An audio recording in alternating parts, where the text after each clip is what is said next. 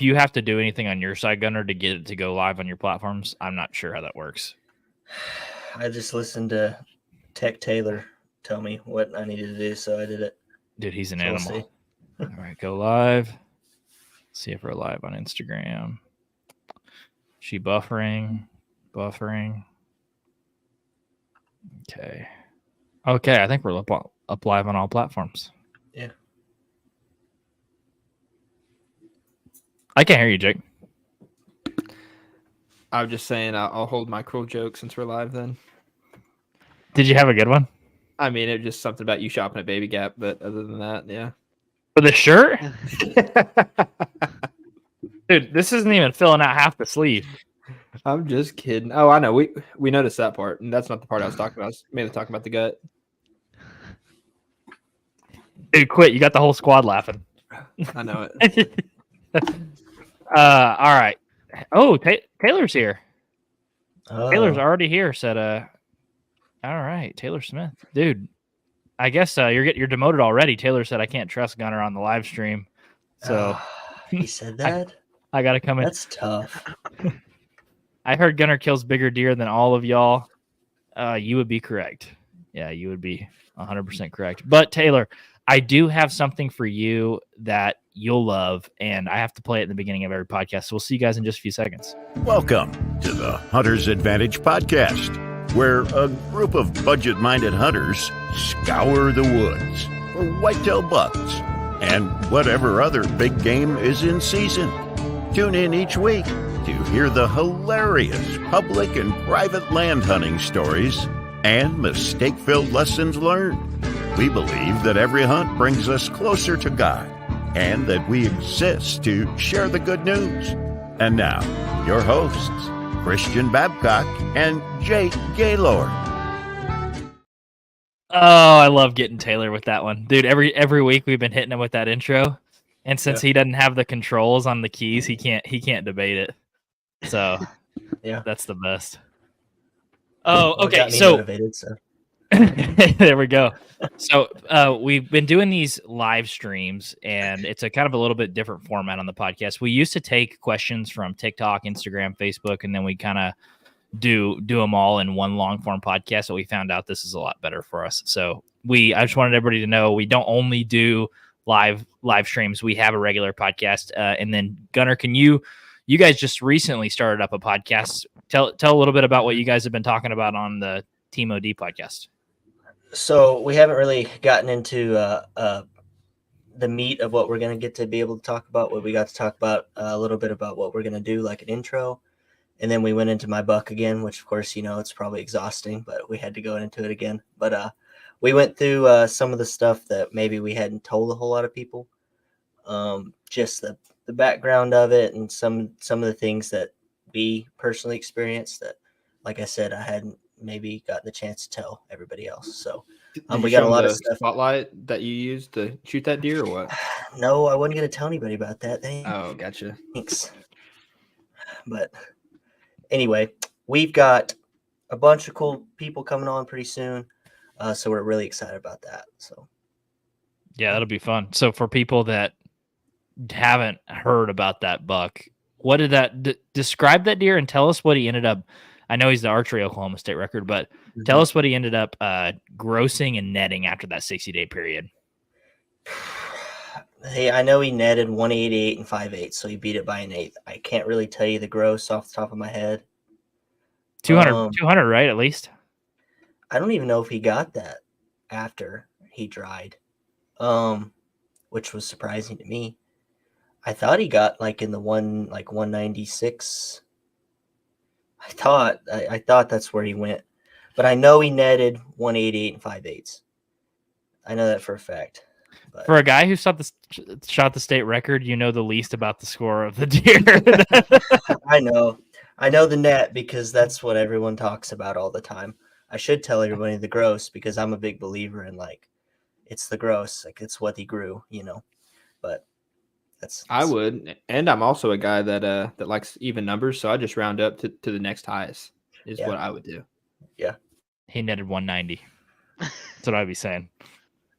Here we go. We got some good questions rolling in though. So a lot of them from Taylor, but here's a good one for Prison Pate here. Pate, why don't you take the first question here? Why can't Peyton ever find his deer that he shoots? That's a tough one. That's a tough one. At least give me the respect of spelling my name right, Tyler. Tyler Smith. I don't know, man. I need to switch back. I guess it's this prime that I'm shooting. Just bad luck. It's obviously not me. But my favorite part is when you shot both those bucks and you go, man, I'm really thinking about switching up my broadheads. I was like, I don't think that was the problem. I don't know. That second one, the first one gave me a chance. The second one, you never know. It may have got the job done. We got to find them. I think they're dead, but we'll find them. Yeah. So as comments are rolling in, let's talk about that for a second. Pate, your birthday is in what? 3 weeks? 3 weeks. Yep, 2.5. Yeah. What's your plan? So you shot a buck on opening day, and then you shot a buck on mid-December, something like that. What are your plans for shed season? Trying to go after those bucks. We're gonna try to go down on my birthday on the 24th weekend. We're gonna try down in our our honey hole where we hunt, where no one knows about. But we're gonna try to go down there that weekend. I'm not quite sure if it'll be exactly that weekend. We'll see, but we're going to get as many people riled up as that I can, and we're going to go walk it out. Another thing to add on Taylor's question is why can't I ever find them? Because the crap that we hunt in is only about 10 foot tall. You walk 10 foot and you're like, well, this is as far as I can see. So you're down on your hands and knees after that. So it's going to take a lot of people. It's going to take a lot of people. When we looked for your buck initially, I remember you were walking through the grass and you were holding your bow above your head. And what are you, like 6'4" or 6'3"? One of those two. Well, yeah. Yeah. 6 plus your bow hanging up, and you disappeared. Your full arm length was like in the grass, and there was still 2 foot above you. So that deer could be very, very close, and we just didn't find it. Yeah, exactly. It's tough. It's going to be super tough. It's not like just an open field. You see a lot of open fields or a lot of open woods, and people walk 200 yards. Like, oh, I see my belly of my deer. I'm like, dude, you have to step on the deer. You have to step on the deer where we hunt. So we'll see. So you might drop a match if you can't find either of them. I'm not, but I know somebody that could.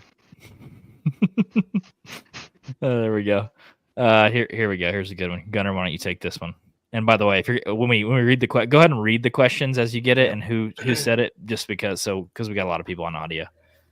So Matt Lewis asks, has anyone found a shed yet? I have not, unfortunately, I guess. Yeah, no, I haven't. I can't really add to that because I haven't. So anybody else found a shed? Have you tried? Not formally. I mean, I haven't went out there and said I'm gonna go shed hunting yet. So, no, I guess, but no, I haven't found a shed yet this year. Oh well, we didn't find a shed. I found it was a break off, but it wasn't a shed. Like a deer broke off like a month or two ago. I found, but that's not a shed. So, anybody else found one? Nobody else has been, have you? I mean, I think I got everyone beat on that, at least out of our group, just because I found that deadhead down on that public piece. I have that deadhead too. Yep. Yeah. I have that deadhead. That's like one of the only things I've ever found down there. Oh, I found this one down there too.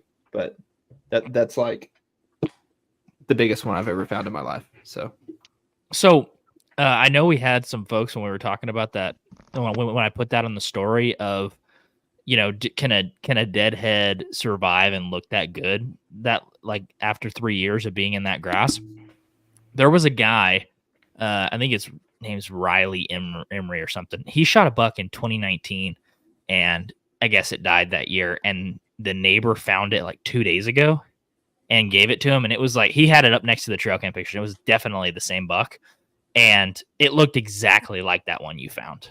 And I would argue it was even in a little worse condition. The nose was good and all that stuff still? No, I think the nose was broke too. There's no telling when that nose, right? No, the nose is broke off that one. Yeah. So I don't know. I just didn't think anything of it whenever I found it. I was just like, oh, heck yes. actually seen some horns this trip instead of just getting skunked per usual. But yeah, I don't know. That's the thing that threw me off though, is just because it's been what 3 or 4 years. When did you shoot? Yeah, it was 2020. So about 3 years at the time. Mhm. Yeah. I don't know. I believe it, and especially after going off the footage. I mean, I think it's the same deer, but it's just wild.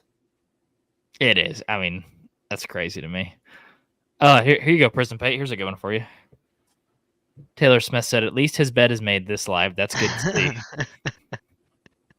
I don't know. I think you should go back to Prison Pate. I think those were the best. Those were the best TikTok comments we got for a while when you were in your little bedroom. Those were the best. Yeah, people And- actually believed I lived that way, but Well, that was back when, Minimalist. yeah, that was back when you're more overweight too, and so you look just miserable. You're like, your face is bigger, and there's literally just a little prison bed behind you. You're like, hey, how's it going, everybody? Wasn't made anything like that. Just white sheets, No, it was terrible. big brown stain on them. it was a spare bedroom. It was a spare bedroom. For everybody that knows now, it was a spare bedroom. That bed probably got used by Christian. You probably stayed more than anybody did. It probably was used like all together in the years that we had that house, probably like 8 times. Well, I remember because we'd go up to Hunt, Kansas, and you would let me sleep in that bed on the way, like when we'd stop on the way back home, and you had like one singular sheet on there. You're like, you need anything else? I'm like, no, I'm good. And I'd be under there, and the fan would be ripping. I'd be like, just convulsing. And Kale was like, how'd you sleep? I'm like, great. Can we get outside and start moving a little bit? I'm cold. That's awesome. Yeah, that was the best. Man, Taylor's blowing up. Taylor's our top commenter so far. He said, I heard good shot placement lets you find them quicker, like hard shots and double lungs, not hips. Yeah.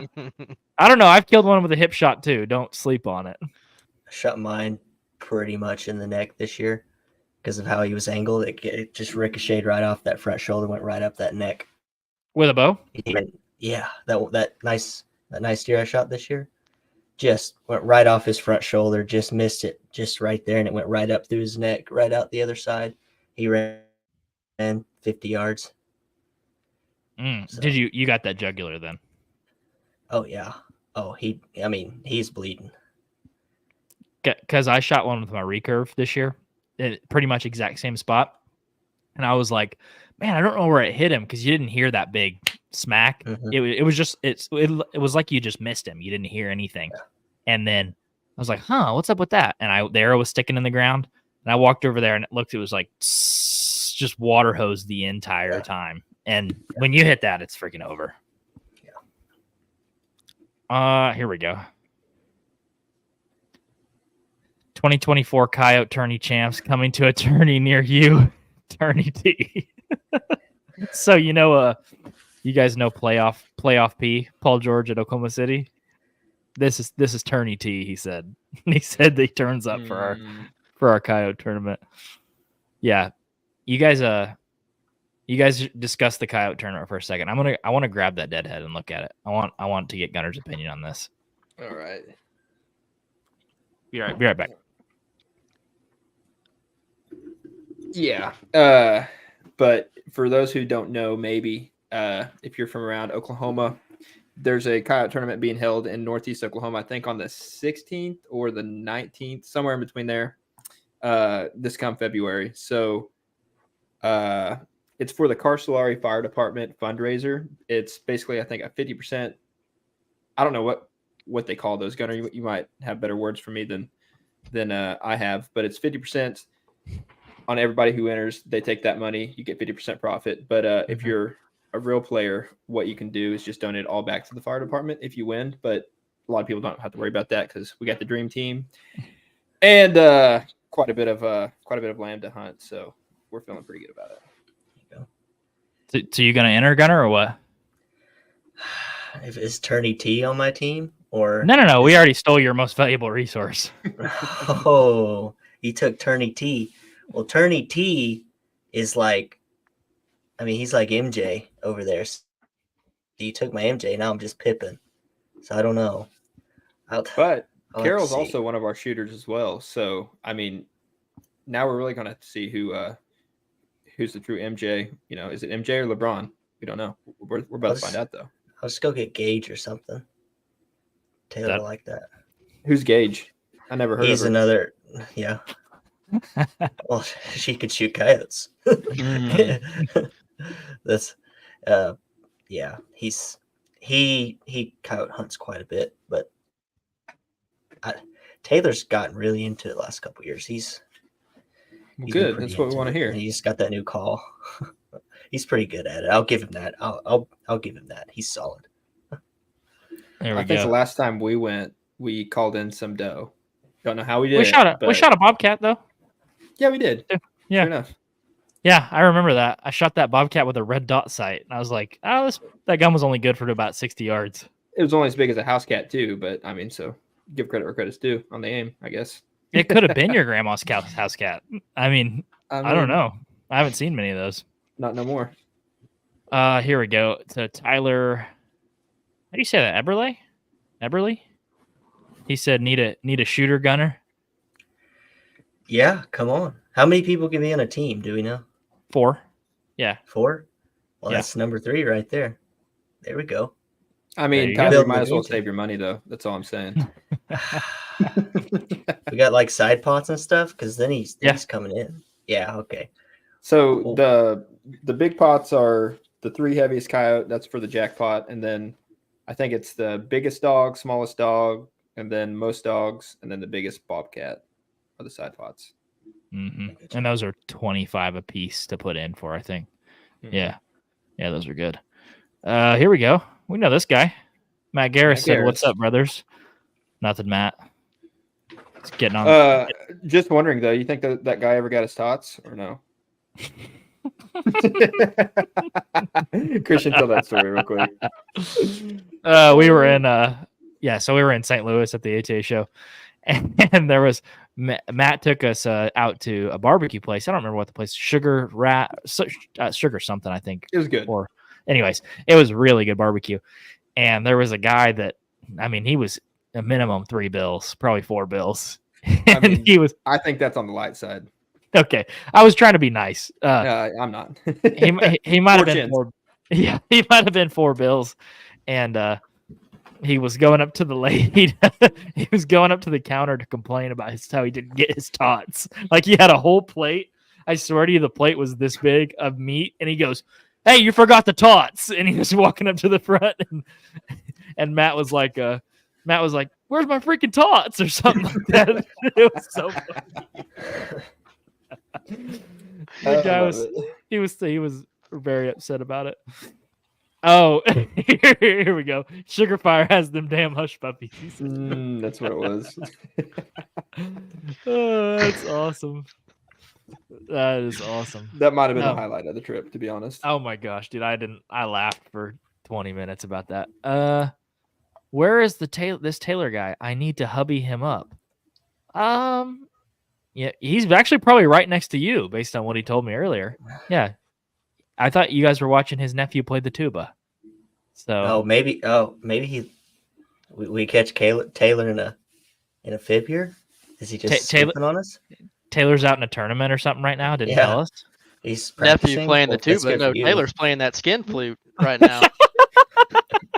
Yeah, nephew playing the tuba. Hey, Over and there. he's first He's, chair. yeah, I was gonna say, yeah, playing the skin flute in the first chair of the orchestra. That's awesome. Okay, check. So I got it, Jake. That you found this one. Let me see if I can. God, it's sorry, it's so big I just can't get in the frame. Gunnar, how old do you think this deadhead is? What?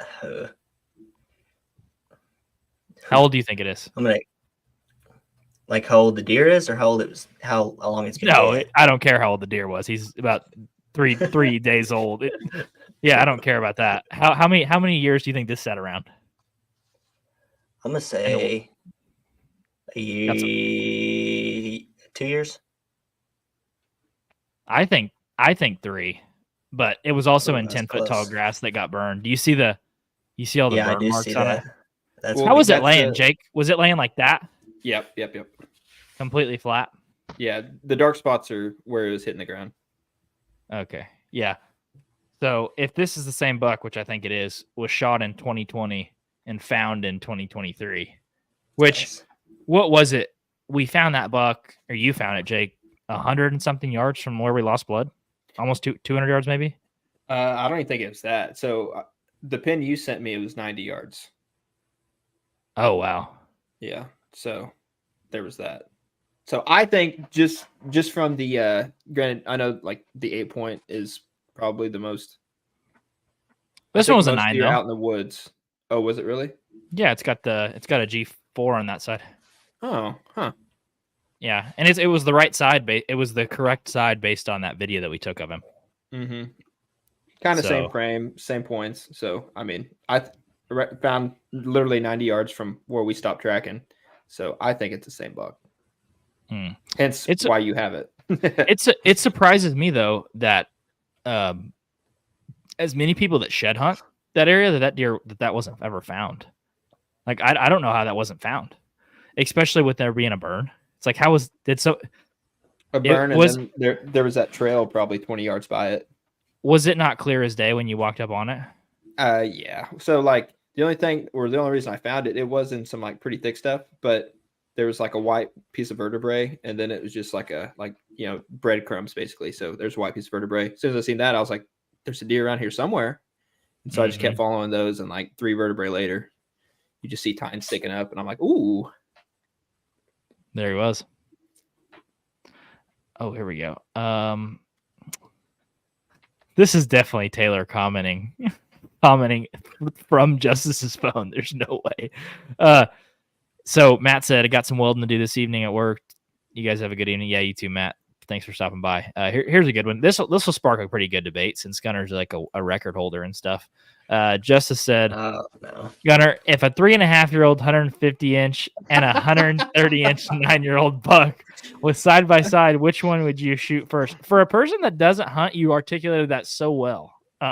That's crazy. Yeah, that's crazy. What do you think, Gunner? Do I know for a fact he's 9? Like, is there like no doubt like he's 9? Yeah, Like, for there's sure. no guessing. You have I mean, you have 9 years as of much- trail camera. As much But- as I preach about age, it would almost be a sin if I didn't shoot the 9-year-old. I understand why somebody would shoot the 150-inch deer. I get it. I understand all that. But as much as, I talk trash about age over, it's my dad too. It's instilled in me. I'd shoot the 9-year-old. That's a big. To me, that's a big deal. You shooting a 9-year-old deer. Yeah, It's a big deal. that is a trophy. I mean, any sort of fashion. If he's got one antler on one side and one sticking out his back end, if he's 9, that's a big deal to me. Well, you All got I people in know- here that wouldn't agree with you. All I know is that buck ain't making another 6.5 years. Or I'm sorry, 5.5 years. The 3.5-year-old. Yes, that's as Oh, old as yeah. he's getting that day. So- I guarantee. So you. how many, Jake? How many 3.5-year-old 150s would you have to shoot to be like, okay, I'll wait till they're 4? So like actually, it just depends on the location. So if I was like somewhere like Private land. your all's lease or something, then yeah, absolutely. You're like, I'm going to hold off. But anywhere else, like my private that I hunt here, I don't care how many neighbors hear this podcast. 0 of them's listening. I know that. But I would shoot every single 150. Ask me how many 130s I've seen this year on my private. See, what made you say? None. And I know there's going to be people that say, you're just reaping your rewards of shooting young deer. I've been hunting that property for like 8-9 years, and I've taken $3 off that. Meanwhile, I know a neighbor that probably preaches age, and he's killed 5 in the last 2 years. So who's doing the damage here? And then also it just turns on location. Freaking public, I already know I'm not going to see 2 deer over 120. So it's like, I want to shoot first dibs, but yeah, not yet. But just to answer your question point blank, how many 150s on public, let's say, would I have to shoot to be able to pass it up? There better be an absolute mega, and I only have 1 tag left. I don't think I'd ever pass a 150 in That's public. kind of what I'm saying. I think Like, that's unrealistic. Yeah, that's like a dream scenario. I mean, to see a 150 on public, but Well, people don't even like. Most people don't realize how big 140, 150 inch deer is. Like everyone's like, oh, yeah, this is 140 inch deer. 156. Like some people Just- don't. Hold it out a little Like bit a further, lot, make it believable. like a lot of people like will show me deer that I'm like, that's not even close. 140 inch, 150 inch deer is a big deer. That's. I mean, it really is. So Yeah. I will also say this. So we had a Warren Holder from Raised Hunting on the podcast, and he was talking about how most people get the age of deer wrong when judging them like on the hoof. And so Mhm. who's to say, unless you get like 100% without a doubt, have 5.5 years of trail cam photos of that deer, how do you know that deer is actually 5.5 and up? You shoot them and find out later and hope. See, that's the thing. So like someone could shoot him and then be like, oh, I had him on camera last year, so I know, I'm really thinking he's 5.5 because I thought he was 3.5 last year, or like 4.5 last year. And so people really might be thinking they're shooting mature bucks, but only shoot really maybe 3.5 to 4-year-old deer. And so that's kind of my argument too. So you shoot what you think is a 3-year-old and be like, please be 5, please be throw them hands up. No, I'm with you though. The reality is in most situations you don't have the history with the deer to be able to tell, right? Right. But Like I said, if I was on a primo piece of private and like that, and I knew all the neighbors were or most of the neighbors were on the same like QD or quality deer management plan or whatever, then yeah, 100%. But until then, like you all know Northeast Oklahoma, there ain't no helping it, or at least where I am. And getting reps too. It's like when you have a wall of 15 that are 125 and up, it's like, yeah, I won't shoot a 130 inch 3-year-old. I won't do it. But until then, it'd be very hard to. Why would you? I don't know why anyone would expect someone to do that. That's unrealistic, I think. Check this out. So Gunnar, I want to get your thoughts on this. Let me see. Gunnar So hates what- me now. He's not going to talk to me the rest of the time. He's like, Yeah, he he- shoots young deer. No, yeah. I'm a big believer in shoot what you want all the time. Like it's- Correct answer. you're out Yes, there sir. hunting, shoot what you want. I don't have any right to tell you what to do. Gunnar, what do you think on age on this buck? How old do you think this buck is? I think you told me one time. I shot this Oh. buck this year, by the way. Yeah. Ooh. So Not very big body. I know he looks big body right there, but he was probably Yeah. one. I don't know, Carol. What do you think? You drug him out 180. Yeah, 180s, 190s, somewhere in there. Yeah. How old do you think that buck is? Dude, I can't. Don't offend me either. Just say. Don't say it, 2.5. I don't think he's 2.5. I thought you had said he was like 5. Damn it. That's what I thought you told me. I did. Yeah. No, that buck was 5. But if you put him next to another buck that was in that place, he did not look 5 years old. I thought he looked 4 or maybe a huge 3-year-old too. So I got that one tough. Samantha Manuel I aged. Yeah. It's very, very It's tough. tough. Like 3.5 to 4.5 is so tough to tell. When they get to 5, certain deer you can really tell they're 5. But I mean, it could be there's big bodied 4.5-year-olds everywhere. Like there's big bodied 3.5-year-olds. Every once in a while, I'm looking at the deer and I'm like, I know that deer's 3.5, but Mhm. Did we get kickstand in 2020? No. Yeah, we did. Yeah, that was his big year. Do you have his photo? I do on OneDrive somewhere. Okay, wait. I think I found it. Hold on. I definitely do on OneDrive. I can't find it. Thought I was in the right one. That would be a good example too, because we actually know how old that deer is. Yeah, I can look for that one. I got another one that'll rile Peyton up pretty quick. Check this out. So I tagged Peyton in something that is probably the funniest thing I've seen this year. It says tag your buddies who can relate. Look who the first comment is. And then Peyton said the most dejected thing I've ever heard about a person. He goes, Yep. he goes, yep.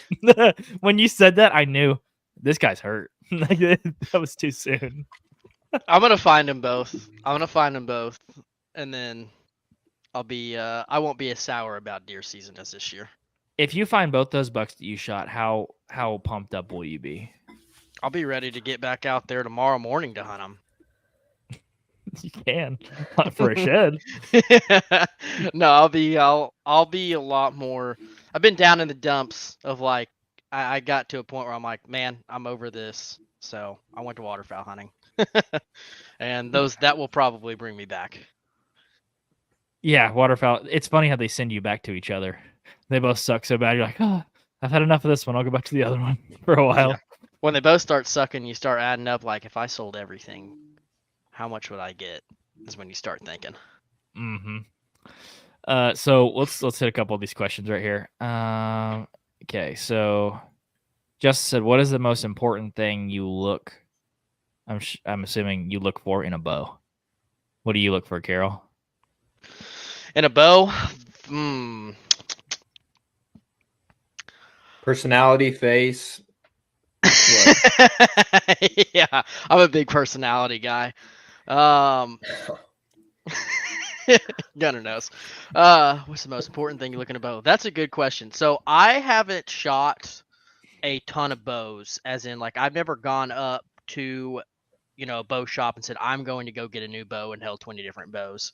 Out of the bows, I've had a Bowtech Invasion, Elite Tempo, and a Prime Inline 3. It's either a 1 or a 3. I think it's the 1.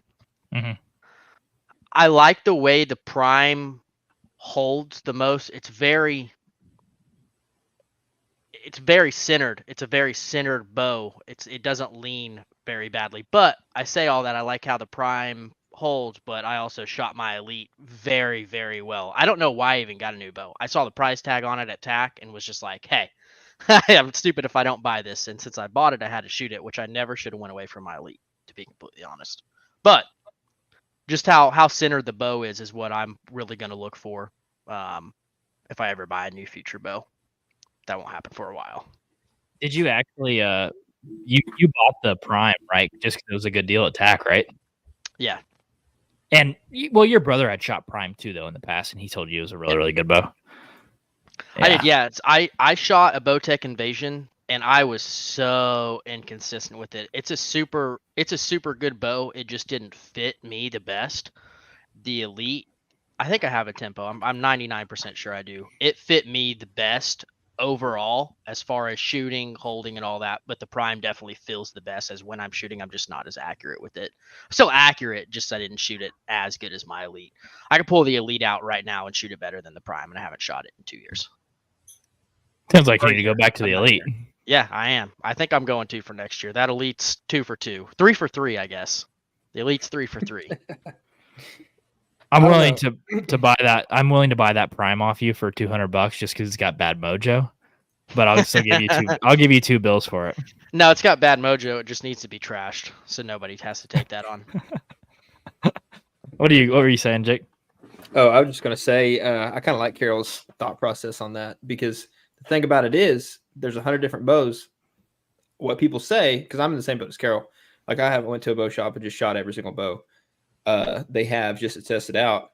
The first bow I ever shot was my dad's, like, probably 1970s PSE that had 0% let off. And after that, like, my next bow was a Matthews Switchback, which is a great bow. But compared to the PSE, it's like driving a Tesla, right? And then all I did is upgrade one more time to the Matthews V3, and now it feels like a Lamborghini. And if I shoot like all those other bows, that might not feel like a Lamborghini, but in my mind, that's Lamborghini. So that saves me money in the long run. So I think the less you know in this case, the better. Oh yeah, I mean, you can't get into that trap where you buy the new bow that comes out every single year. I think if you have a bow from the last 7 years, like if you have anything 2015 and up, I don't think you're going to feel like a massive difference. Like those Matthews from the Halon to what you have today, or the Phase 4, it's probably incrementally better. It's a little bit better, but I swear to you, when I shot the Triax and I shot your V3 and then I've shot Phase 4, it's like, yeah, these kind of all feel pretty similar in a lot of ways. So I'm not getting into that trap.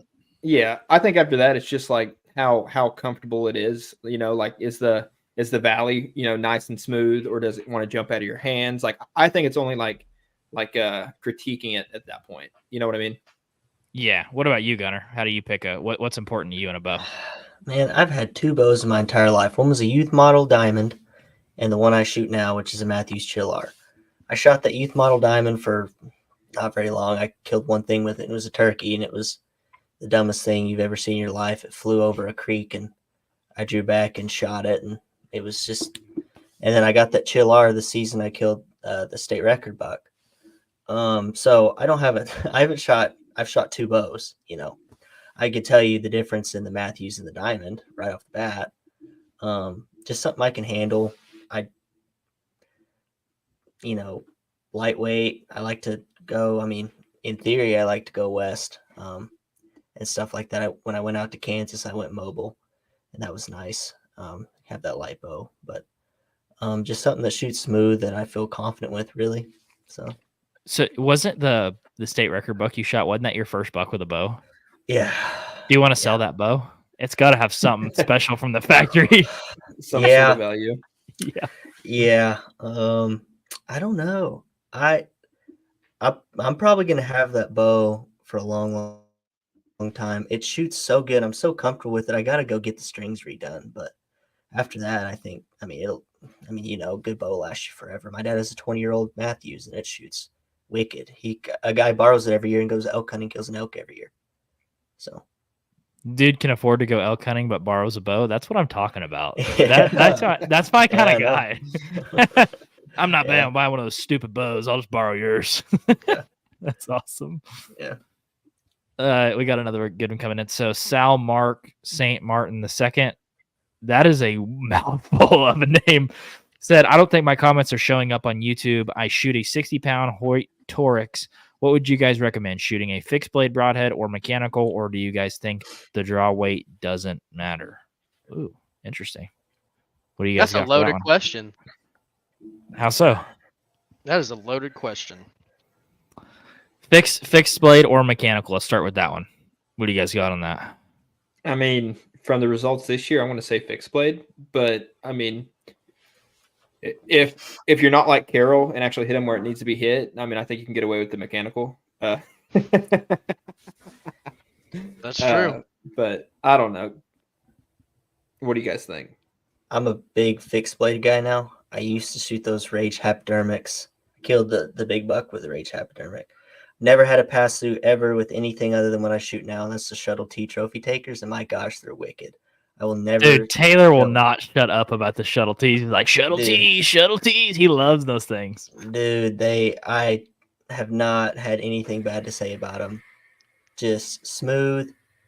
I get a couple extras so I can make sure that they fly right every year. My gosh, they fly right. So I'm a big fixed blade guy now. So that's my 2 cents. I don't know if I've always been told you got to watch the poundage on those, but I haven't ran into it. I shoot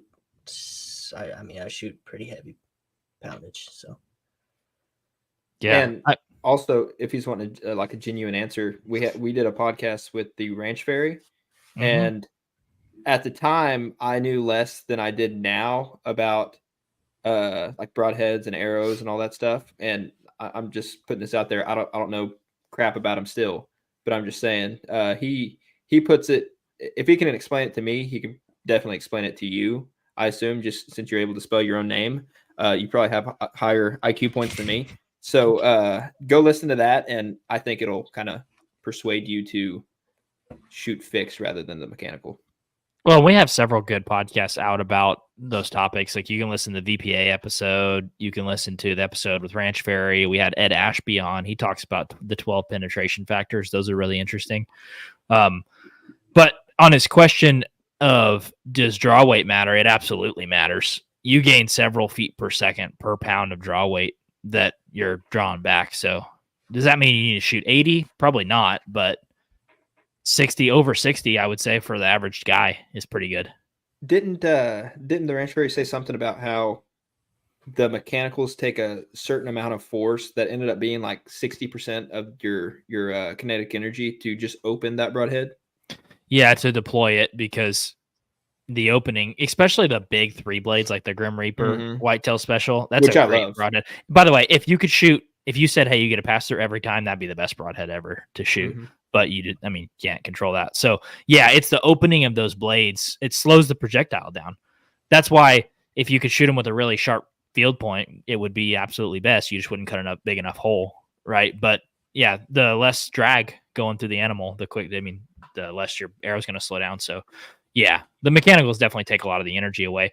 But with modern archery equipment, you could shoot a mechanical and kill a deer. But I just don't think it's a risk you have to take. Especially with drones and tracking dogs, it's like if you hit a deer good, you're going to find it.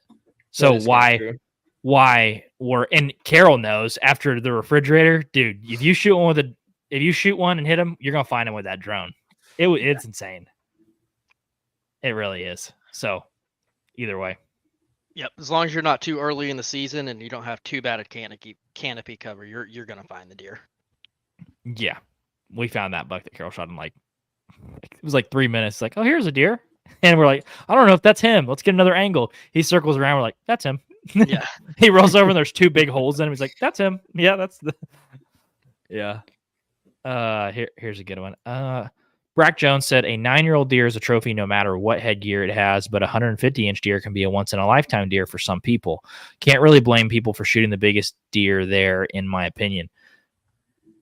That's a pretty wise opinion. Absolutely. I agree with them 100%, but go to TikTok and you will get absolutely ate alive. Yeah, by all the fake accounts, though. They're all people that would do the same thing. You're what's wrong with hunting? Yeah. It's like, okay, dude. I'm 8. You're what's wrong with hunting. That's usually what it is. It's like user 69, 86, 94, 31. You're the problem. Profile picture. Yeah. You go to his page, there's not a single thing on there. Yeah. That's a good point, though. 150-inch deer to most people, regardless of age, is going to be a deer that most people will never shoot. Especially with archery equipment. I don't think most people will shoot one over 125 ever. My dad has hunted his entire life, every season. I think his biggest deer is in the mid 120s. It's like, dude, 150-inch buck. If a 1-year-old 150 walked out in front of him, I'd be like, fire away, fire away. Yeah. Yeah, you got to keep that in perspective too. And what spots you have to hunt. A lot of folks don't have good places to hunt. So if a 150-incher walks by, they're probably age is going to be the last consideration. Yeah, it's a lot of perspective. Do what you want. I'm a big proponent of do what you want, but it's a lot of perspective. Like if you're like a guy where you're on a level where you're like, I want to do some different things, you can maybe think about that stuff. But 100, like you said, a lot of people don't even see 150-inch deer in their life. Like hammer that sucker. Like if you want, if you feel like it, it's you're doing what you want to do, Especially in public, dude. Oh my God. Because for most people, that's where most people hunt nowadays. It's like public. For me, I have family land I can hunt, but like if I want to go kill a big deer, I go to public because that's just, history has shown bigger deer get killed there. But that's the thing. I guarantee you, if you take a survey of 10 people that hop out of their truck on that piece of public and you hold up a 150-inch deer, on a trail camera and say, hey, if this thing walks in front of you, are you slinging an arrow? 10 out of 10 times, they're going to be like, hell yes. If it was 10 inches smaller than this, it'd still be getting the business on public. That's why I love hunting public. I did that this year. What do you mean? Dude, when one walks by that has any resemblance of nice headgear, I'm like, my bow's just like, oh, I'm like summoning it with the force. But that's the great play. That's the great thing about public is, dude, a nice one walks by and you're like, I don't care about age. I don't care about what that deer scores. I'm in the mountains and I got 4 people to help me drag it out. Let's get this party started. And it's just whack. And you can shoot a nice 2-year-old and everybody's going to be pumped for you. But we got Peyton over here. He's out there passing deer bigger than we're shooting on public. I know. I felt, yeah. I look back and think, man, I should have shot him. He didn't pass his first buck on there though. The 11-pointer? Mm-hmm. Yeah, the 11-pointer. I forgot about him. Yeah. Do you remember? Do you remember we told Justin? We said, "Yeah, Peyton shot an 11-point." He said, "No shit." I said, yeah. He goes, "Well, where is it?" I said, "It's in the back of the truck." And Justin walks up and he peeks his head over. He goes, "Oh, hell yeah!" it had nubs. I swear to you, they weren't an inch. They weren't an inch. Oh man, I That didn't still even know gives it me was a buck. nightmares. That gives me nightmares at night. I'm like, we shot her. We're over there high five. Well, the best part about that hunt is that deer came in at 45 yards and looked right at us and sat there for like 10 minutes. And finally, I just started laughing because I'm like, dude, go away or do something. Like, come on, let's go. And I started laughing, and I heard Christian laughing behind me, which really made me start laughing. So I don't know if you got it all on video, but I literally reached over, grabbed my bow as I was drawing back, stood up, put it on her, shot her. By the time the arrow got there, she was halfway in the next county. I hit her, and we went back and watched the footage. It had been a perfect freaking shoulder shot. That deer turned and ran, and where'd I hit her? Like in the back hip by the time the arrow got in there. front. It was in front of the back hip because you got a Yeah. full pass through. Yeah, in front of the back hip. And we were like, got her. And then I remember walking up, and you're like, is she brown? I was like, yeah. Walked up, and I was like, it's not a doe. And you're like, what's wrong? I was like, it's not a doe. Justin said, "You can make a keychain out of those." Dude, I promise you that if most fawns are born in May, that one must have been born in freaking August. Because, dude, the spikes on it were in. You said you lost the head you buried it. Yeah, I buried it in a cat or something drug it up and drag it out. Yeah, those spikes were. They might not even have been over an inch. That was awesome. Because I remember one time, Jake, I don't know if you've seen Richie's dead or his one like that, but Richie shot one like that one time, and it was that big in the mountains, like the same little spikes that Peyton had. That was an awesome one. Well, it sucks because if it wasn't Peyton, it was going to be me. Because he said, "Would you shoot it?" And I was like, "If you don't, I'm going to." And so he shot it, and then I was like, "Okay, now I'm glad that was you." You guys were at the community center, weren't you? We were, yeah. Yeah, it's like a 200-yard drag. Absolutely. That's the reason we were in there, is because I was like, shoot anything that walks. She ran back to the road. Let's go. I just remember being pumped about that. Oh yeah. Here we go. Jared Griffith said, "Any season that you shoot 2 studs is a good season. Doesn't matter if you didn't fight either one." Y'all are really kicking a man while he's down. That's all. I mean, to be fair, you did probably shoot 250 worth of bone. It's just, are we going to recover him? That's the question. Yeah, that's a good season. That's a really good season. Gunnar, how did your season go this year? You said you shot a pretty good one with your bow. Yeah, I shot a pretty good mainframe 8 with some junk. He went mid 140s. What? He's an older deer. As an 8-point? He's mainframe 8. He had junk. Like, hold on. He wasn't like he ended up being like 11, but like I'm taking his mainframe. Hold on. With how many inches of junk though? He had some. I mean, it was not like. I mean, it was junk. I mean, it was legit. Like 10 inches worth of junk? I mean, close, probably. There we go. So still, a 130's 8-point is big. I don't know if I can even Hold it up there. Yeah. Quit, dude. Your camera quality's blowing me away. I know. Oh, that's a big 8-point. He's like 2.5 years old. What are you doing? Yeah. Yeah, that's a big 8.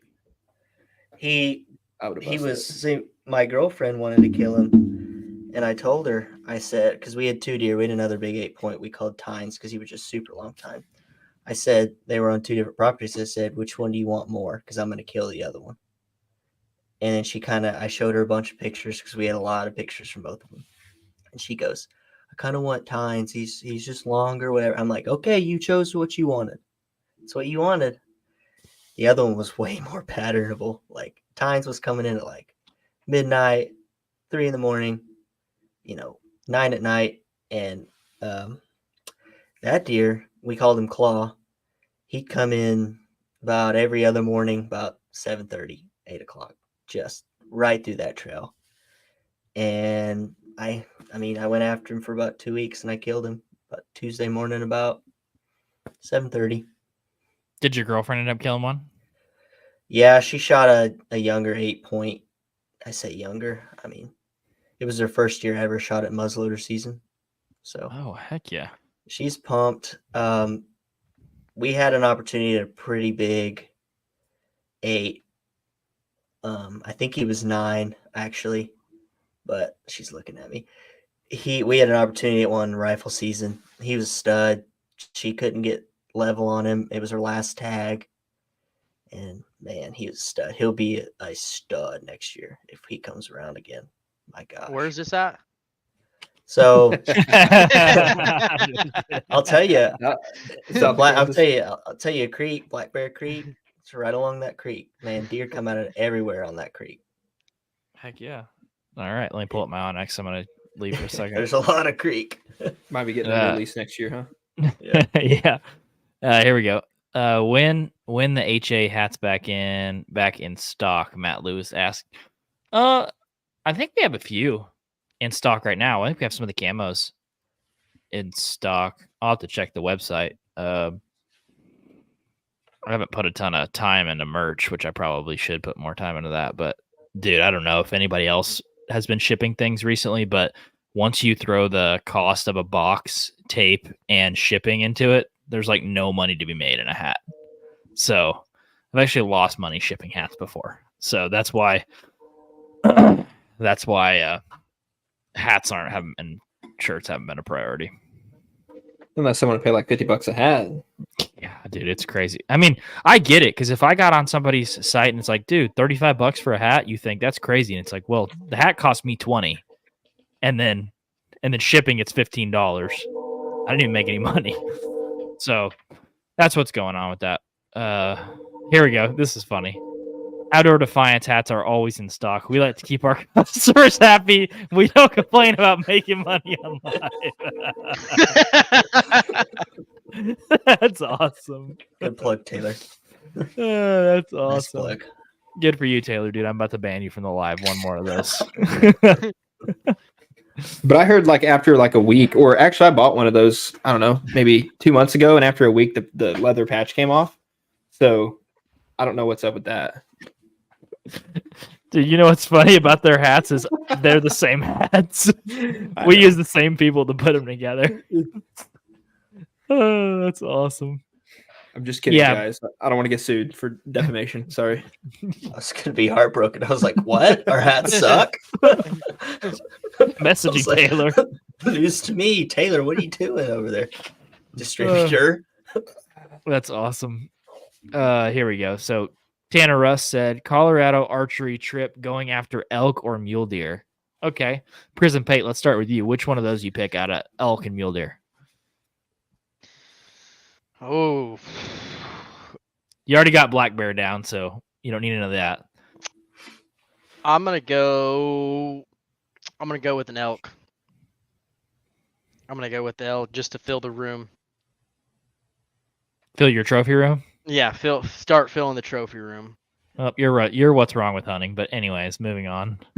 Hey, they eat. I'll eat it. Oh, I'd love to get an elk. What about you, Gunner? Elk or you actually have done some of that in Colorado already, right? I missed an elk last year. No, not this year, but last year. Yeah, he was at a dead sprint at about 190 yards with my rifle. I just like Tokyo drifted into a log. I said there was he had like 30 cows with him. He was pushing. I think they got pushed off the mountain. I was a little lower elevation. I was about 8,000-ish feet, and so they're pushing through there. There's two bulls with them, like 30 cows, and they're just going. I set up right where they're going in the woods, and I'm like, cow, bull, bang. And I watched my bullet go, yup, just right behind him. It was tough because he's not, I mean, for a first bull, for me, he's a nice bull. I was pumped if I'd have killed him. I saw a bigger one that night, and he ended up stepping over the ridge on me, and I didn't get a shot, but to answer this question, if I had an archery trip, I absolutely love mule deer hunting. It's like my favorite type of hunting, other than like whitetail. So I'd have to go with mule deer. I love going into like sandhill stuff, like big open plains, and that's foothill type hunting. That's my jam. So I'd have to go with mule deer. Mm. My only thing on that is you miss an elk with a gun, so how are you going to hit a coyote? Or you mean a Coyote? mule- Well, the name of the game for the coyote is the sucker's not running from me. I will say I'm that. just kidding. I'll I'm at least just have messing them with coming you. at me.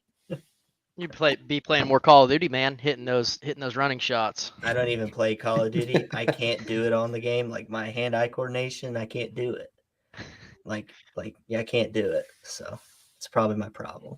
Well, the guy above you can, and he can Yeah. give you a lesson. Yeah. He can give you a lesson. Jake, what about you? You go elk or mule deer on a Colorado archery trip? For Colorado, I'd probably go for an elk. I would say that'd be higher on the hit list. I just feel like a mule deer would be more attainable elsewhere. You know what I mean? Like I'd be able to do that eventually. Mm-hmm. Yeah, I'm with you on that.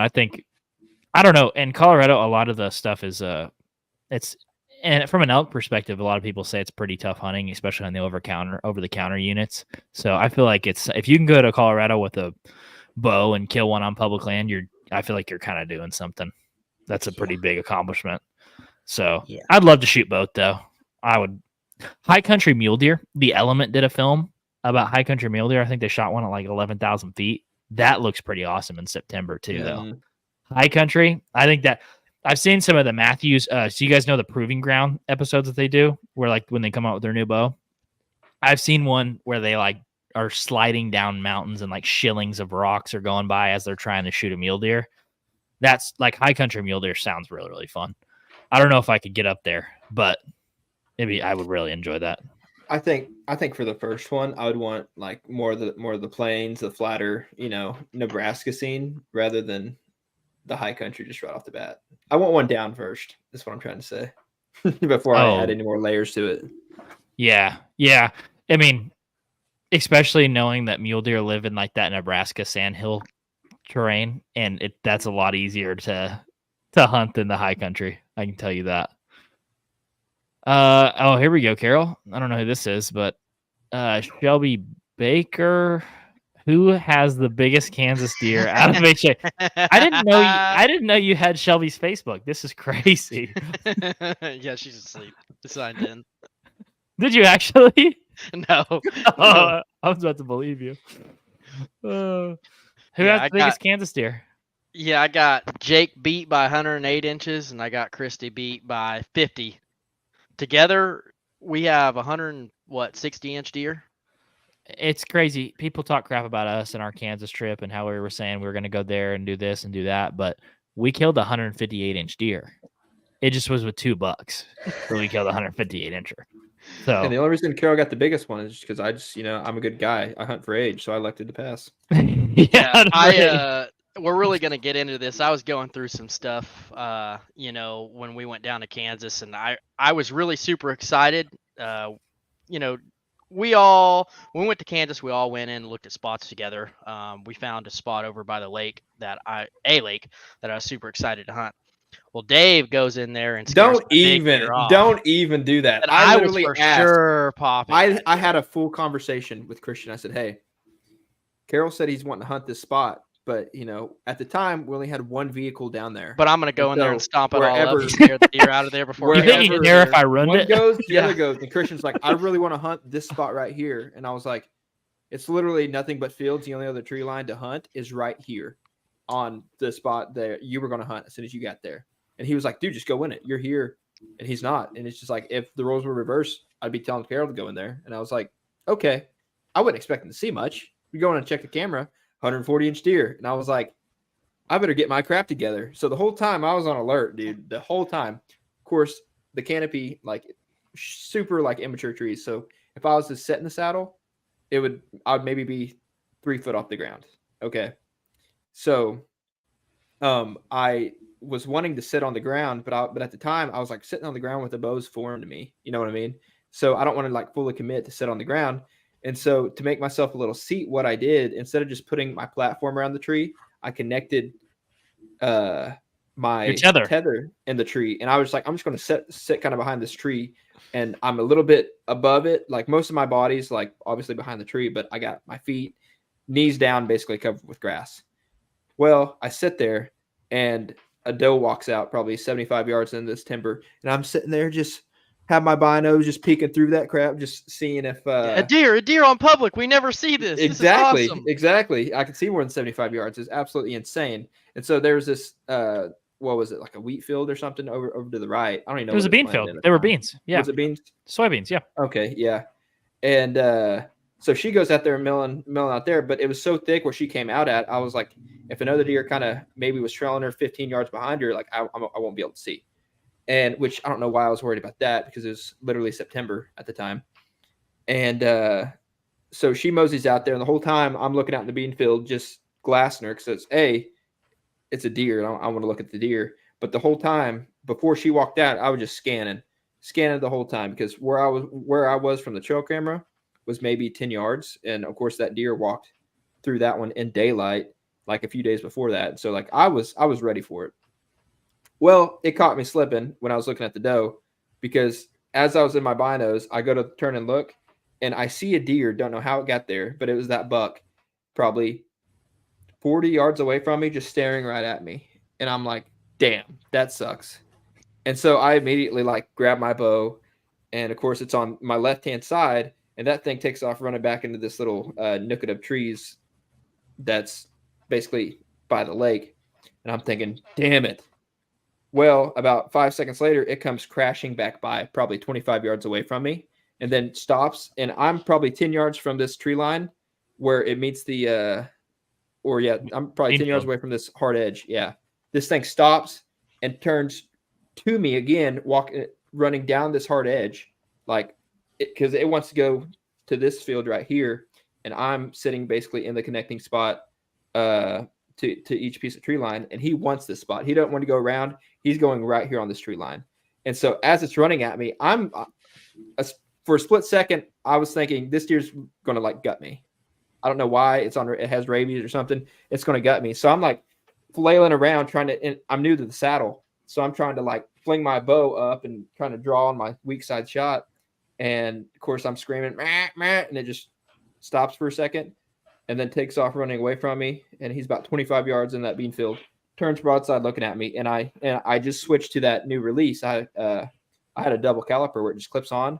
Well, my new one, it has just like this half hook, and I couldn't get it hooked in time. And I wouldn't have hit it anyways. I was too much in shambles. But yeah, that was the story of that deer. That deer ends up running by me like 600 yards away. And I'm like texting Jake. I'm like, giant buck coming by me. And he walked by me. He puts his front shoulder behind a tree at like 58 yards. I was like, oh, if he comes out on the other side of that tree, I'm gonna just put one in him. He didn't. He was big too. He was a big-bodied, big-framed sucker. He had Carol's name all over him, but Jake he had to go in there and run it for. I think Carol probably would have killed him. Hindsight. No, the thing about it is that next day, because I went in that next day, and I'm like, oh, I'm gonna go there. That's really, we're all hunting in that area, so that's where I'm gonna have to go. Went in there, and that was the same day. I wouldn't have killed him because that was the day the guy came in there with a crossbow, walking it out. I remember just being so excited, like first day, evening, 20 minutes in, hear some rustling in the back, and I'm like, oh, here we go. Like a doe's not doing this. Turn around, here comes a guy walking from the bedding. I'm like, whistle at him, kind of wave my arms, and of course, some people would like throw their hands up, like, I'm so sorry, and walk off. No, this guy he's walking with the wind too, isn't he? Yeah, he's walking with the wind in the bedding. Like there's one place these deer can be here. There's one place. The rest is all soybeans. So there's one place where this deer can be, and this guy's walking it out, and he walks up to me. He's like, hey man, you see anything?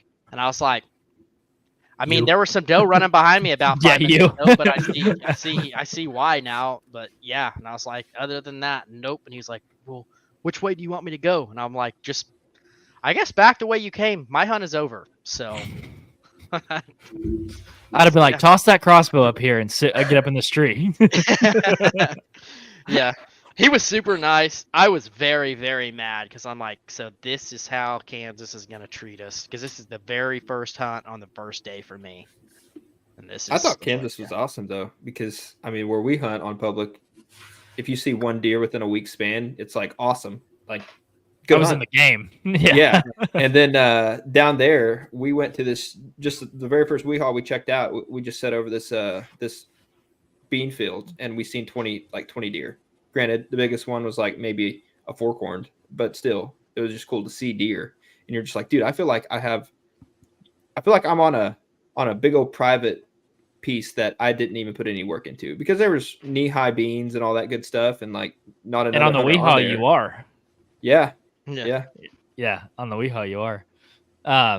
Here we go. We got some good questions rolling in. Brack Jones said, "What's y'all's arrow setups? Heavy FOC or somewhere in between?" Gunner, what's your arrow setup? Heavy FOC. Gunner's like, "What is FOC?" Yeah, I don't pay attention to that. He looks up. He just gets in Google Oklahoma State I am. record. No, just for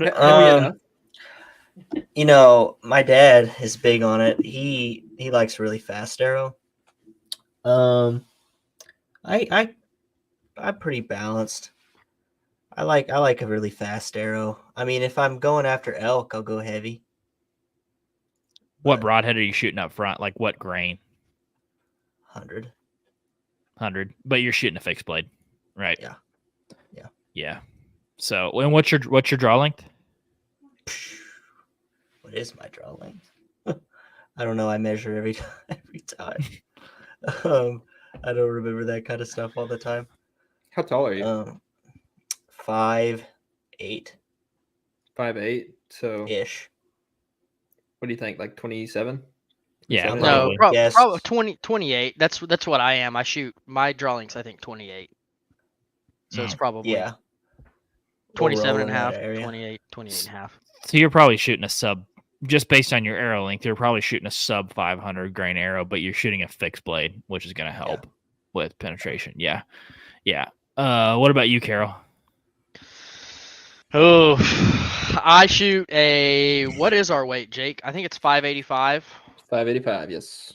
585. My draw length's 28 at 65 pound of draw on the bow poundage. So my personal, this is my opinion. I think a heavy arrow setup, I see its pros, but I think mine's too heavy for my little arms and not heavy enough draw weight. So you on our keep lease, the heavy arrow probably. and start lifting is what I'm hearing, and get that up to about 80-pound draw. Yeah, if I'm going to knock mine down probably a few grain to get some sort of speed. It's probably what I'm going to do this next season. I think 585 is too heavy for me. Your most of your speed from your bow is your draw length. A lot of people get that twisted too, because I think all you draw. have to do is just go back down to 100 or 125 grain tip, and then you should be solid. I'd say probably, 150. That's what I'm going to do. I'm going to go to a 150 tip. I think is what I'm going to do. Yeah, shoot a 150 and be like 530. That's still really heavy. Yeah, I mean, I think that at the least when I took my shot, it's at like 26, 27 yards. Right now, for a deer to not do wonders on me, it's going to have to be at 20 yards or less. It's going to have to be. If a deer hears it at all, they're going to be in the next county by the time my arrow gets there right now. So I don't necessarily think it's that. I mean, my only problem with the heavier arrows would be the pin gap, but because public, and especially like if you hunt more of the more mountainous stuff, it's a lot harder to estimate the range when you're on, looking down off slope where you're 12, 15 feet up in this tree, but this deer's coming down from under you, kind of in between the bottom and where you are. And so it's actually a little bit further down. And so for me, at least, that just kind of throws off my, what do they call that? Depth perception of basically how how far I think he is. And so I'm super paranoid because I feel like even if I think it's 20, I'm like, it could be 30. I don't know. Not 100%. And Carol, just as well as I do, if you shoot a heavy arrow, like the difference between 20 and 30 is like significant. Dude, it is like you don't want to know. Let's just say you Mhm. don't want to go out in your yard and find out, because with our setup, with my poundage and length and all that, being 2 yards off, because I shoot a single pin scroll reel, and if a deer is at 22 and if I say I think he's at 20 and he's at 22 or something, it is a huge difference. Like, it's scary how big of a difference with how heavy of an arrow and how slow. Like I said, my bow's shooting slow because I don't have a long draw length, and my weight is only like, I want to say like 65, 66 pounds. Christian, that argument that Carol touched on a second ago, how a lighter arrow gets to the target faster. Didn't Yeah. the Ranch Fairy touch on that, on how the heavier arrow actually has more speed than the lighter arrow? It maintains more speed. Yeah, Okay. Yeah. over Yeah. like that. That's probably Over a longer distance. the significance distance. Like, Yeah, there's- 30, 40, 50, 60 yards. It's going to maintain Yeah. speed. That's where you start to get an equilibrium of like the one launches faster, but one maintains more speed. So they might end up being the same by the time they get out to the target, right? So, and they're doing he's doing some testing with that sort of stuff. But I think for you guys, like shooting anywhere from 65 to 75 pounds and 28-inch draw, 29-inch draw, I think something like 530 would be better for you guys, maybe even 525, because you still got a really heavy arrow, but you're not. I think 585 is overkill for what you guys are. Probably. It is. And- Now the first deer, the paddles that I shot, there's a lot that goes into that, but that's the only reason that he's probably dead, like right now, is because of that heavy arrow, And who's to say, the fixed blade, I don't know yet. Maybe bigger cut means, hey, I maybe hit that artery back there. But as far as heavy arrow setup, that's the only reason I got 27, 28 inches of penetration through that deer. I should So- not have. I should not have got that much penetration. Would you rather have, okay, so on that, and again, I'm just trying to like bring this discussion, like extend it a little bit. And you mentioned having that extra, that bigger hole, so maybe you'll nick an artery or something like that. So you would rather have a little bit wider hole than a pass through every time, or maybe just more penetration, I should say. You see, that's the thing with me. I haven't had the pass through stuff. I couldn't tell you. I shot 2 deer. One was coast to coast. The other deer, refrigerator, broadside. I didn't get a pass through. I got 2 holes. That arrow should have zipped right through that deer. So That one was a weird one. I will say. I don't know. I don't know. It just depends. I mean, I guess it really depends where you hit them and where you're searching too. In 10-foot high grass, probably a bigger entrance with more blood.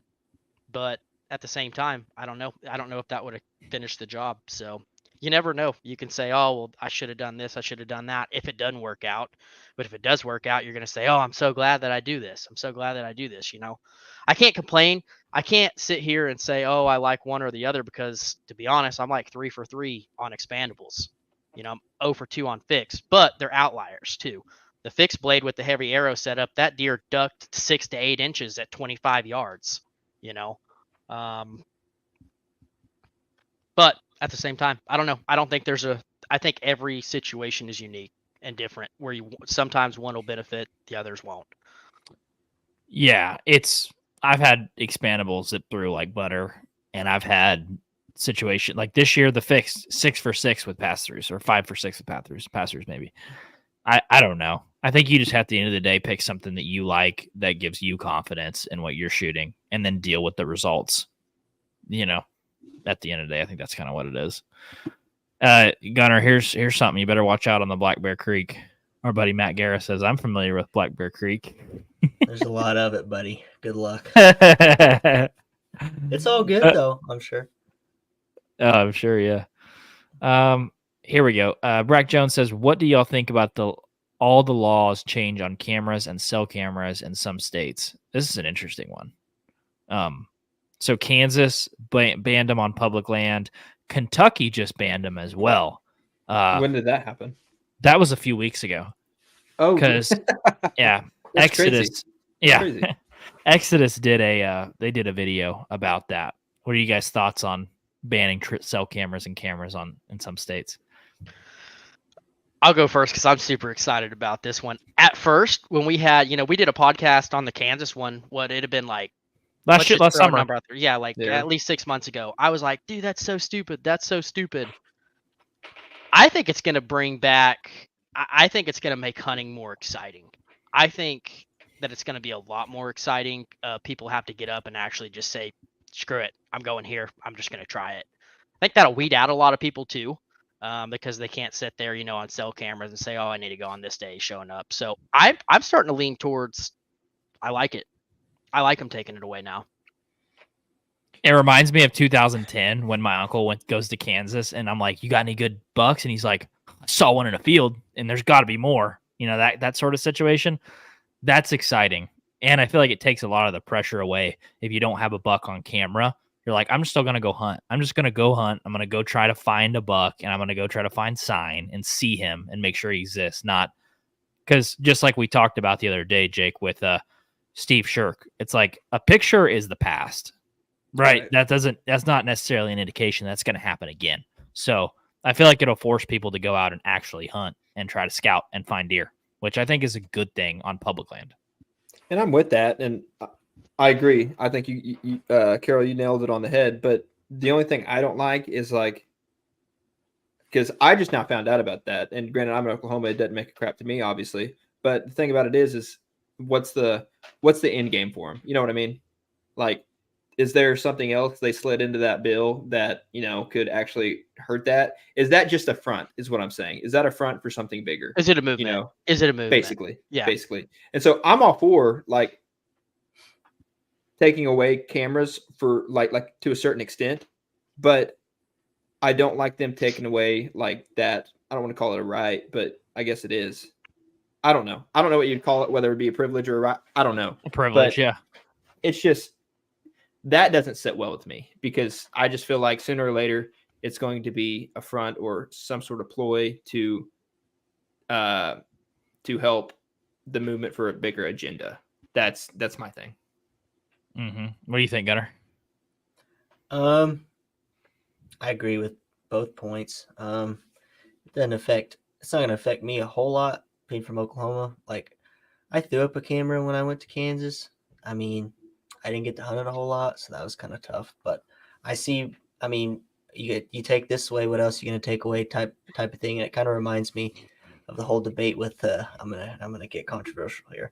The whole debate with like the wolf stuff in Colorado. Everybody wants to talk about an agenda there, and you could say whatever you want about them, I suppose. But it's along the same lines. I see why I guess why they were like, oh, let's take them out, and I understand it's gonna be kind of neat. Just going back to my dad talks about all the time, just kind of hunting, just going out there and hunting. That's gonna be fun because I'm hoping I draw Kansas again this year, but at the same time, I do understand like we're starting to take things away. Like why, like I'd like to see like what's the big reasoning behind it. Like I haven't read a whole lot on it, but like what did they, what did they say? Like, oh, we're taking this away because, or did they just take it away and say no more cameras because? I think I know the Kansas daddy was of a government gets privacy to do whatever they want. I think Oh the yeah, board- but Was it a privacy thing? Did you listen to the Exodus one or no? I didn't listen to the Kentucky version of it. I assumed it was a similar argument to the Kansas stuff, but I don't know if you Mhm. watched the wildlife commissioners and how they had a couple of witnesses come up in Kansas and basically speak to the wildlife commission. And there was only like two people representing the Right. opinion of an entire state. And if two people can go in and influence the policy that governs an entire state around wildlife, it's like, well, man, we should do a secret meeting in Oklahoma about a wildlife agenda, and I'll go in and try to get something banned because I have one perspective. I think that's dangerous. That's a slippery slope. And it's the main issue I have with that, even though I think I would benefit from trail cameras being gone because there's probably going to be less people in the woods, and it's okay if I feel like I could go find a deer, and a lot of people can, so it benefits me.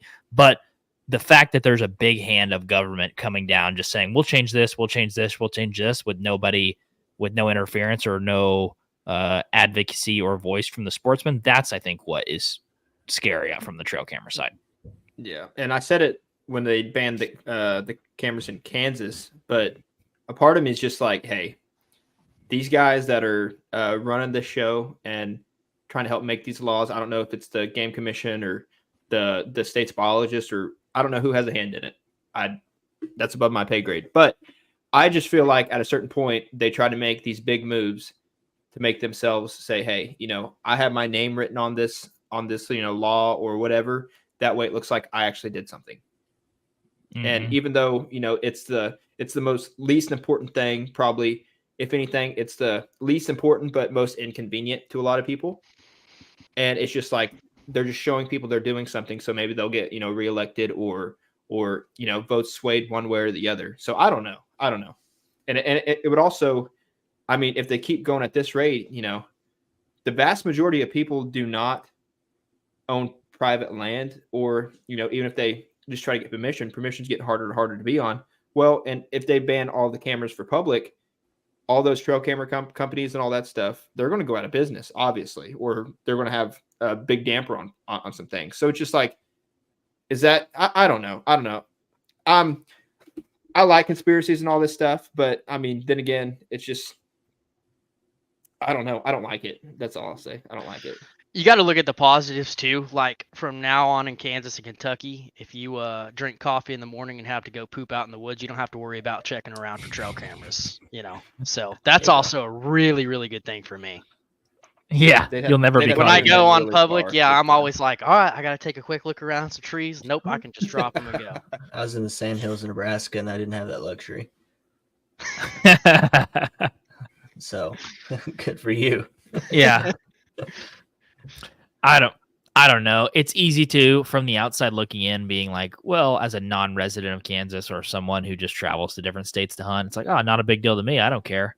But if they did that in Oklahoma where I hunted, they said, hey, no cameras on private or public land anymore, I'd be like, you serious? That would really fluster me, especially on the private that we hunt, the leases that we have. A lot of that determines where I go hunt on a weekend, what buck's hitting what and what's around. There's no way that they could do private too, or they couldn't. I don't think they could control it. They might say, "Oh, you can't have." Yeah. So public, I wouldn't even. You know how I am on public. I'm not an advocate for cameras. I don't really care. As if it matters, anyways. Yeah. What I mean? We get pictures all the time, and I'm like, "Oh, cool. I'll never see them. I'm going over here." So. Well, that's what happens, Carol, on a 7-day trip when you only hunt 2 mornings the whole time. That's not true. I hunted every single time except I think one morning it was raining pretty bad this last year. Nobody went that day.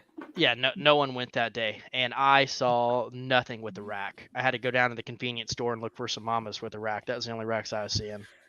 Dude, Gunner, we stayed in our wall tent, and there was like 3 spiders that fell on Carol in the middle of the night, and he killed them. We didn't believe him at the time that they were as big as he said they were, but after we saw the list of the pile of bodies the next day, we believed him. But we went to wake him up that morning. He was in his Toyota Tacoma in his passenger seat, laid back, and we're like, open the door, unlock the door. He's like, no, I'm not going. And we were like putting our flashlights up to his door. We're like, come on, like it's a good day, get out. He's like, no, I didn't get any sleep. And then he wouldn't unlock his doors. So eventually he waited us out and we just had to leave.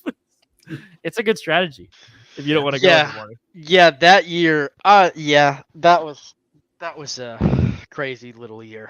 But this last be year, one with the spiders, dude. I promise you, if you don't hurt the spiders, they won't come near you. I remember you guys were talking so much trash, and then I was like, "There's one," and then Jake had one above his bed this year, and he was like, "Oh my god, dude, that thing was the size of my hand." Yes, it was a big they are. They're but insane. I didn't find one on me, and the thing is, like, there would be one probably 6 inches from my cot because I'm actually a good person and I'll slide my cot, almost against the wall. Unlike Christian, who's literally sleeps. We have a 14x16. And I swear to God, if there was 2 Christians in there, no one else could fit in there because his cot is 4 foot from the wall. He's like, I don't want any spiders crawling up the wall and then getting on me. And I'm like, okay, but now I can't even tie my boots in the morning. So I'm not even close to you guys. You guys have half the tent. Anyways, Carol the whole time, like he did his nightly checks about 5 times. He would have a big old spotlight, and he just search around on the floor. And he's They're like, so big you can "There's hear one right them. there. You can hear There's them one right there." running And I was around like, on the "That's ground. fine. I don't care if it's 2 inches from my face. I'm not touching it because as soon as I kill that one, I don't know. It's probably gonna let out some sort of pheromone, and then all of them's gonna know like that guy killed my buddy." I didn't kill one until the very last day. And after I killed that one, I found like 6 on my sleeping bag. I swear to God. Do you guys remember when I hallucinated that one was in my bag? Yeah, I was still like half in and half out because when we go, I Oh. don't sleep worth a crap. Like it's either hot, you're either cold. That's why we have 50 energy drinks a day, dude. Yeah, that you It's don't part of sleep it. well there. So yeah, Christian, go ahead. Take. They need to hear it again. 'cause I this didn't was even- awesome. I don't remember what I did. You guys are the ones that narrated it for me. I just remember jumping up in the middle of the night. Carol, I think you tell it the best.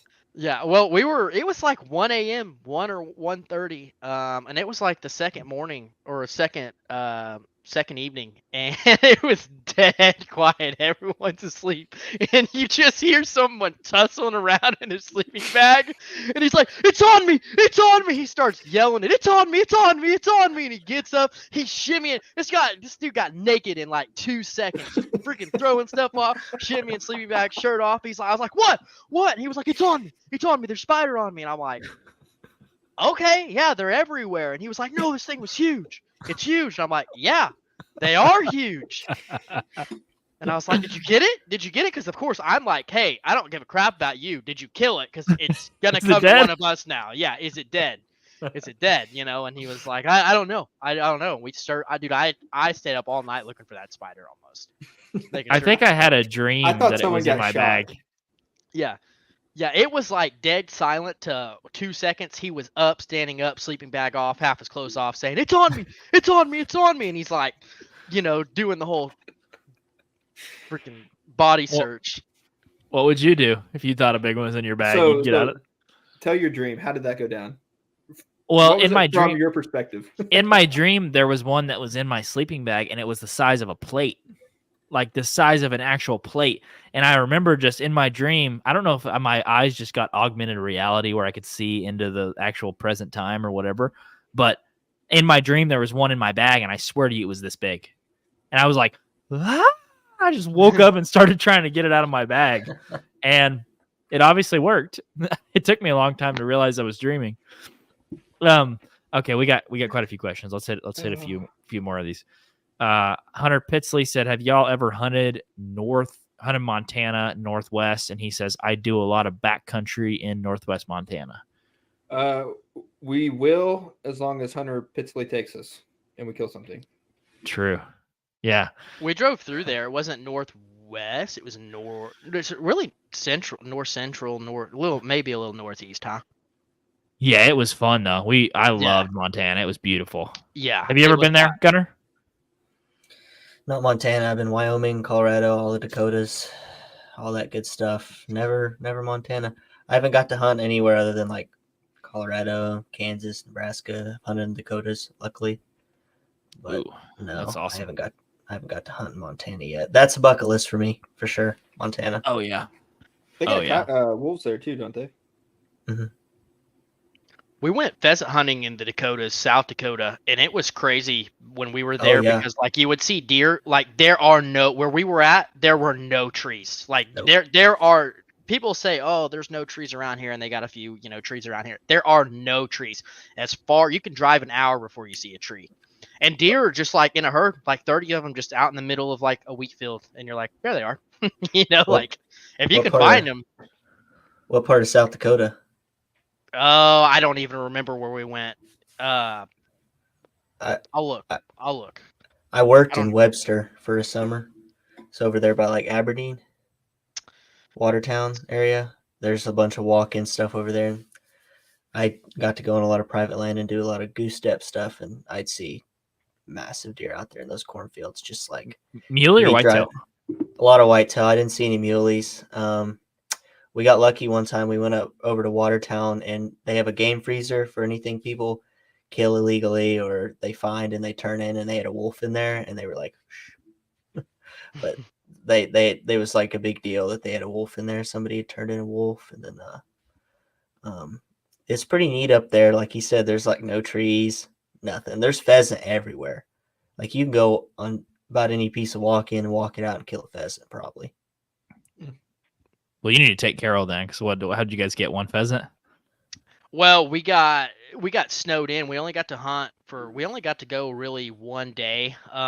We killed, I think altogether like 3, but snow was like knee high, almost to waist, knee high, in between knee and waist, and it was horrible walking. We got pretty much snowed in to where we couldn't even leave the hotel, and we got strep while we were there too. Nice. Strep throat. So, because Luke and I were, I guess, kissing, but don't tell anybody that. So he got it, I got it, and yeah, it was the worst. The worst. It was fun, but as far as like the most miserable hunting trip I've ever been on. We saw a ton of deer and a ton of geese, though. When geese probably shouldn't have been there. I don't think we saw any. You see any turkeys? Dude, I about bought a turkey tag when I was up there. It was ridiculous how many turkeys I saw. Huh. Those are all Merriam's up there, right? I don't think so. I think they have Easterns and Rios. Interesting. I thought is what, because I'm really good friends with a private land biologist up there. He's going to come on our podcast in a couple weeks, but he hunts them all the time. Like they get like 10 turkey tags a year. Like you can go up there. You can go up there and like get like a couple, Native American land tags, like different sections and public land tags, and like you can realistically roll up there, kill like 8 birds a year. Which more turkeys than we got down here. There's a bunch of birds up there, and it's on walk-in stuff. Like I literally about bought a tag and just went after it one day. It's ridiculous. That'd be fun. We got another good question here. So Caleb Brown said, "What's your experience with poachers / trespassers on private land?" Good question for Dave. Heck, he's a poacher himself. Yeah, the catcher of poachers probably. Man, I haven't caught probably trespassers is what I would call them. So we have, at least with private where I hunt, has a problem with the neighbors literally setting stands on the tree line. And yes, I guess technically it is legal because the tree is on their side of the fence. But when I kid you not, the stand is overhanging the fence. And so the platform, the end of it, is probably on our land. And it's just like, you look around and you kind of like try to look in the thicket. They ain't shooting back behind them. So I don't know what this stand's doing here. And then, I mean, there's one time I was walking back from an evening hunt and I was walking this fence line, and there's this old timer that, hunts 100 yards off the road, ain't knocking it or anything like that. Cause I mean, there's deer that come down this fence line, but for me to get to my stand, the smartest access would be to walk this fence line. And so, I was walking back one evening and I was in the thicket. And as probably everybody knows, it gets a lot darker in the thicket faster than it does like out in a hay meadow or something like that. And so I got down probably a little bit early, but still like you wouldn't be comfortable to shoot. You couldn't really see your pins, I would say. And I go walking down this fence line, and as I'm walking, as soon as I get out of the thicket, about 100 yards away, I turn on my headlamp just to quite frankly, I turned it on for safety reasons. And as soon as I turn mine on and I turn this little corner and I see the fence where this guy usually sits, and there's a deer on our side of the property, and it's like looks at me and then takes off running. And so I don't think anything of it because I just don't think anything of it. It runs off and I start walking, and I get it probably 30 yards from the fence line, and the headlamp probably 13 feet up in the tree turns on, and I'm thinking, damn it, like this guy was probably waiting on that deer to probably jump the fence to take a crack at it or something like that. So I just, I didn't do anything illegal, but I didn't want to, ruin anybody's hunt. And so I'm probably 20 yards away still, and he's like, hey, and I'm like, hey, I'm sorry, and I try to go about my business, and he's like, that deer look hit? And I was like, huh? He said, that deer that just ran off, did it look hit? And I was like, I mean, it didn't look like it was hit to me. It looked like it ran off fine. And like I was looking on the ground, like obviously I wasn't looking for blood, but I didn't see anything crazy that just stood out. And at this point, like I start walking towards him, and I'm still on my side of the fence, but I'm probably 10 yards on my side. And he's like, "Okay, well, about right where you're standing, see if you can find an arrow."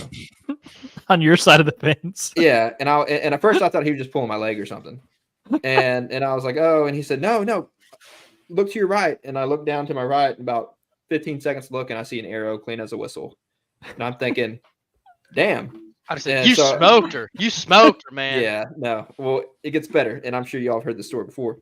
But he gets down, and of course, like I'm just trying to be nice, and he's an old timer, like he's probably been hunting that spot longer than I've been born. And I hand it to him, and I'm like, "Oh, better luck next time." And he's like, "That's crazy." He said that thing was right there, and mind you, this is like October 7th or 8th, and so season in Oklahoma, for everybody who doesn't know, starts October 1st. He said, "Damn it!" He said, "That's the 5th one this year."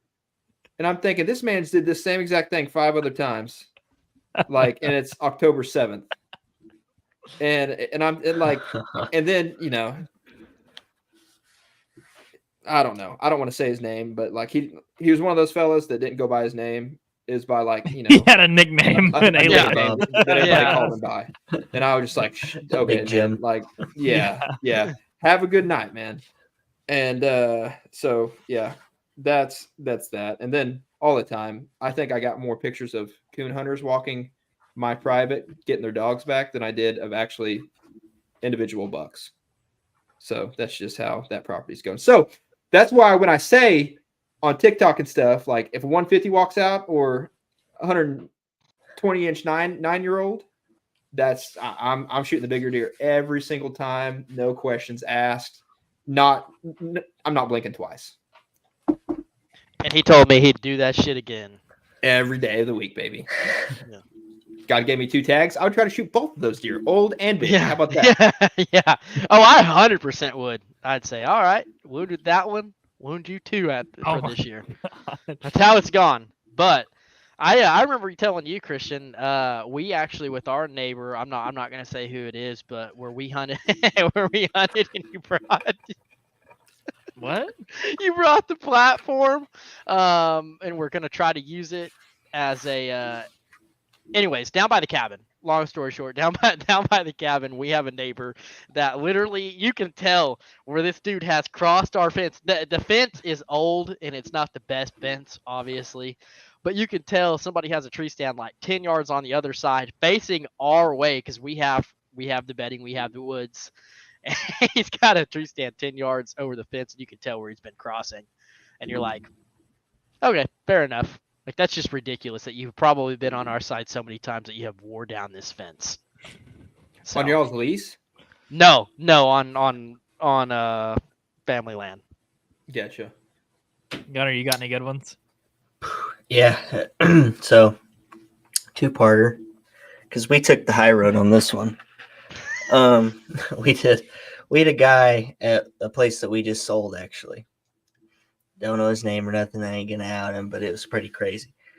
We roll out there one day, and there's like 100 yards of trees cut from this guy's fence line to our side. It's like a shooting lane. He went over to our side and cut like 100 yards of trees to make this perfect shooting lane for the top of our hill. And we're like, what? Like, this guy's, I mean, we could see all his stands. He's that close. He's like one of those, And so we're like, what is going on? And my dad calls the game warden. He's like, listen, I don't want to prosecute this guy, but you got to like go tell him, like, stop. Because I've told him like 4 times. And he's like, well, I ain't doing that. Well, of course you are. You just cut 100 yards of, trees. So he goes over there and talks to him. He said, the game warden's like, I came in there thinking he's gonna lie to me. He's like, I came in there like, who's been cutting these trees? Well, I have. He's like, well, I've been cutting the trees. He's like, well, you can't do that. And he's like, well, okay. So he's probably shot at several deer on our side of the fence. But anyway, this year actually, we got called by the game warden and said, hey, he called me. They have a deer dead on your side of the fence. can they go get it? And my dad was like, kind of sat there. He's like, yes, but tell him, or like, but ask him if he shot it on our site this time, he gets prosecuted. Like, this is the last straw. And he's like, okay, I will do it. Well, they go over there. It just happened to be his granddaughter shot one on their side of the fence. He jumped our fence, and she got to go get her first year. So we're very happy we took the high road on that one, and she got to go get her first year. But that was a big one. He caused us problems. Another one, when we first got actually the place I killed my big deer on, my dad, when we bought it, the guy we bought it from was like, yeah, the neighbors aren't great. And we were like, what's that mean? He's like, they're just not great. I'm like, okay. Well, for instance, one time, so when you're in a body of water and it adjoins two properties, if they stay in the body of water, it's whatever. It's fine. Well, he's in the body of water and he's coming over to our side. And he's like, Dad's like, hey, what are you doing? You catch anything? He said, oh, I'm going to go over to your corner and trap beaver. And Dad said, where are you going to put the traps? He said, oh, on your shoreline over there. He said, no, you're not. He's like, well, why can't I? He said, because you're going to go trap my beavers back there. He said, I'll kill my beavers when I want to kill my beavers. But until then, they're going to stay my beavers. Well, he's like, no, I'm just going to do it anyway. And Dad's like, I started walking down there and he turned around and paddled off. And I was like, I'm glad he paddled off because that would have been weird. But anyway, we don't know if it's the same guy or not. We pull around to the backside of our property and he's pissing on one of our feeders. He's got it. What? He's got it kicked over, peeing on one of our feeders. And Dad's like, what? So he takes off after him in the Jeep and he jumps the fence and runs away. And I mean, just wild stuff out there. Like, So 2 things I would have done. I would have said, yes, set your trap right there. And as soon as he paddled across the pond, I would have said, I have a new beaver trap. And then secondly, that camera that was pointing at that feeder, I would have blasted his little wiener all over Facebook. So it was wild. It was in the middle of the, so we had it. I don't know. I think it was like September. We had just kind of had it. We had just bought the property. Like we had just kind of set it up there and we were going to start dealing with the stuff back there. And he was just kicked over and the guy was peeing on it. We caught him midstream. Like you drove up while he was doing it? Yes. What did you say to him? We saw him and he took off running with his pants half down and we just drove after him with the Jeep. I won't say he's probably one of those guys that like pulled his pants all the way around his ankles just to take a piss. I won't say what happened in between there. There were some words said, maybe a clip or two unloaded over his head, but he ran over to the other side of the fence. And it was not, it was more of like, get out of here type stuff. Yeah, and, right. And he got over that fence and just kept running. And man, I've been down there turkey hunting and had a turkey coming across to us, dead to rights, and I have rifle shots hitting the pond 10 feet from me. I've had them shoot rifles from their pond dam onto our side, just smoking water on our side. And my dad will be at the cabin hanging out, and he'll just pull that 270 out and just start hitting trees. Like, buddy, we want to play this game. We could play this game. Like, it's ridiculous out there. I've had some crazy stuff happen. Why are you still laughing? That's the only reason I'm laughing. Because I'm Can you imagine a guy with his pants around his ankles running away? Dance, boy, dance as you're shooting. I'm out there in the boat crappie fishing, and they're taking shots on the water. Like, man, it's dude. He said you got a state record deer. He said piss on that. And he went and pissed on your feeders. Oh my god, Jake! When you said he's the kind of guy that probably pisses with his pants around his ankles. Oh, dude! Everybody knows those guys, like in high school and middle school, that did that. You walk into the bathroom, you're just like, oh, okay, I'll wait. When I thought about it, I was like, dude, some of those guys do grow up, and they probably still do that. So, oh my god, Gunner, you ever want to sell that property? I'm in just for that aspect. I'll buy it. Oh my god. I will say they've On slowed today's down quite a episode bit. of Messing with My Neighbor, today we caught him pissing on our feeder. So I want to know what the 30 minutes before he did that was. Was he like, all right, how am I gonna get him? That's it. I'm pissing on their feeder. That's the last straw. next Like- time, just like wrap it in like electrical wire, for like the fences and stuff. And then as soon as he pisses on that, Oh my. I'd like to know his Zap thought him. process too, because like if he kicks over, pees on it like 3 hours before we get there, like is he trying to be like, oh, I'm gonna scare away the deer by pissing on his feeder, like, or was he just like, I hope he sees my pee on this feeder? Like, what was his? Was he thought gonna process? stand it back up? Is the question. I don't know. I don't know. It was. So when Jake I was don't know. talking about the stream of the pee and the electric, it made me think of the fire at deer camp this year when Jake tried to throw. weird. Yeah, I saw All right, guys. Thanks for joining us on today's episode. We'll see you all in 2 weeks. Thank you. Bye. Oh my god, that's awesome. Okay, we got some more questions to work through. God, that was so funny. That was way better than I thought. I don't think I have any poaching stories that will come close to that. All right, David. I don't know how you say that last name. Tuxedo. Lots of talk about sneaking up to bedding areas, and everyone talks about things like headlamps and such. Are you sneaking out as quiet as you go in? I do. Thanks. Sneaking up to bedding areas. Are you going out as quiet? I'll be honest. I don't go out as quiet as I come in. I think it's impossible to go. I don't know. Sneaking out as quiet as you go in. I'll definitely try to sneak out quietly. I don't try to purposely make noise, but sometimes I just want to get out of there, especially on public. If I'm not going back to a spot, I'm like Yeah. heavy marching out. from like 15 feet up, bangs off the rock. It's like, I don't care. Yeah.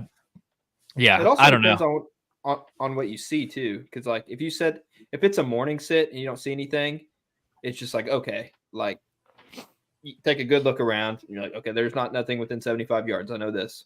And so like I'm not trying to be loud, but I'm not trying to be quiet as well. But like setting up and stuff, for sure. Mm-hmm. Yeah. You guys got anything to add on that one? Not really. All right. So Eldridge Farm said, "Keep up the grind. Loves y'all's content." Thank you, Eldridge Farm. That's very nice. It's Eldridge fam. Oh, right, dude. Sorry.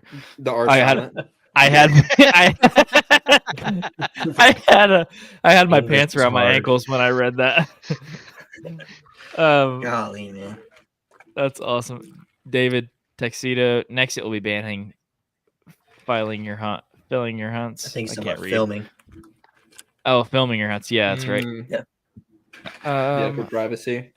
Yeah, Hunter Pitsley said, "Let's do it. I'll DM you and make a trip plan." He's talking about in Northwest Montana.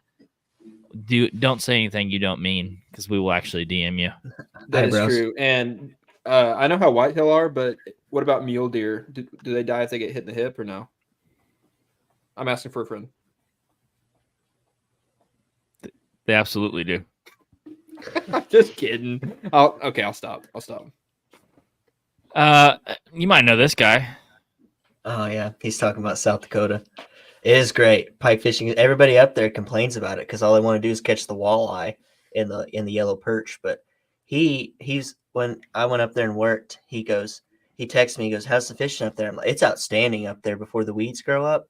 Like you can shore fish out there and catch fish all day." Like I rolled out there and caught a ton of walleye, a ton of pike.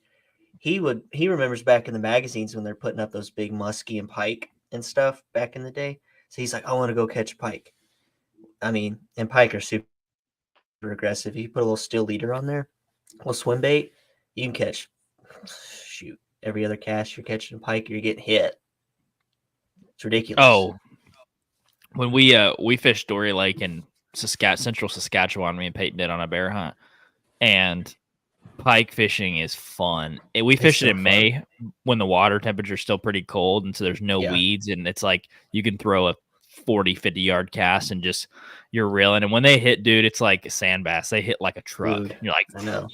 and you're fishing with like an $8 pole, and so you're like, as they're stripping your drag.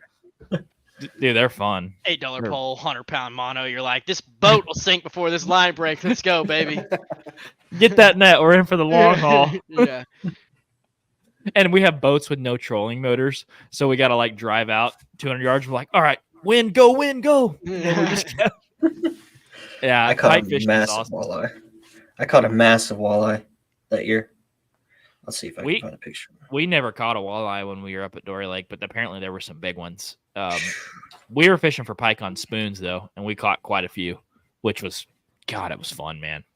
That kind of fishing is really fun. I mean, when we went in May, just to put it in perspective, May you're starting to get pretty hot around here. Well, the lake's still frozen in May. Like we only had our one cove pretty much was unfroze when we first got there.